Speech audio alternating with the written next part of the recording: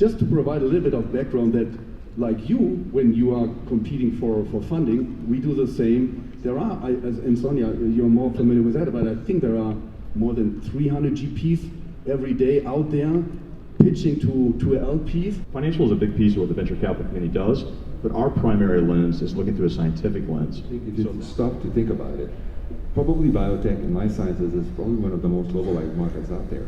After all, every single company pitching today was talking about the size of the U.S. markets for their pharma. And so they are competing with a U.S. company, which means that the funds are also competing for these things. The subject was on where the money is behind the money. Difficult questions to answer in 45 minutes. How do you approach that kind of question, where the money is behind the money? Because we've seen, I guess, biotech going up and going down. Is it as bad as we think?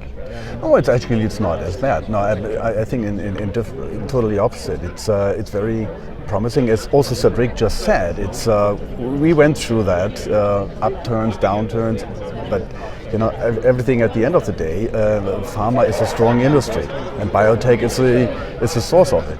So, but coming back to your earlier question about how to select the right questions, right? We wanted to shed a little bit of light on how we work together. It is not like anymore that we say, like in previous years, the investor subscribes and is more or less silent. We have a strong relationship with our investors. We reach out to them, and clearly with Eli Lilly we have very strong interactions. And this is what we wanted to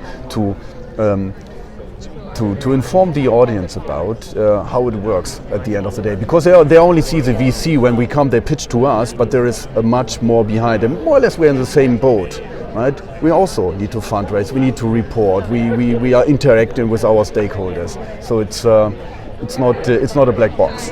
Right, and as far as biotech companies are concerned, is there a great deal of understanding of how the financial system works? Because clearly they think, well, we've got to raise funds. Is there much understanding of how they do that?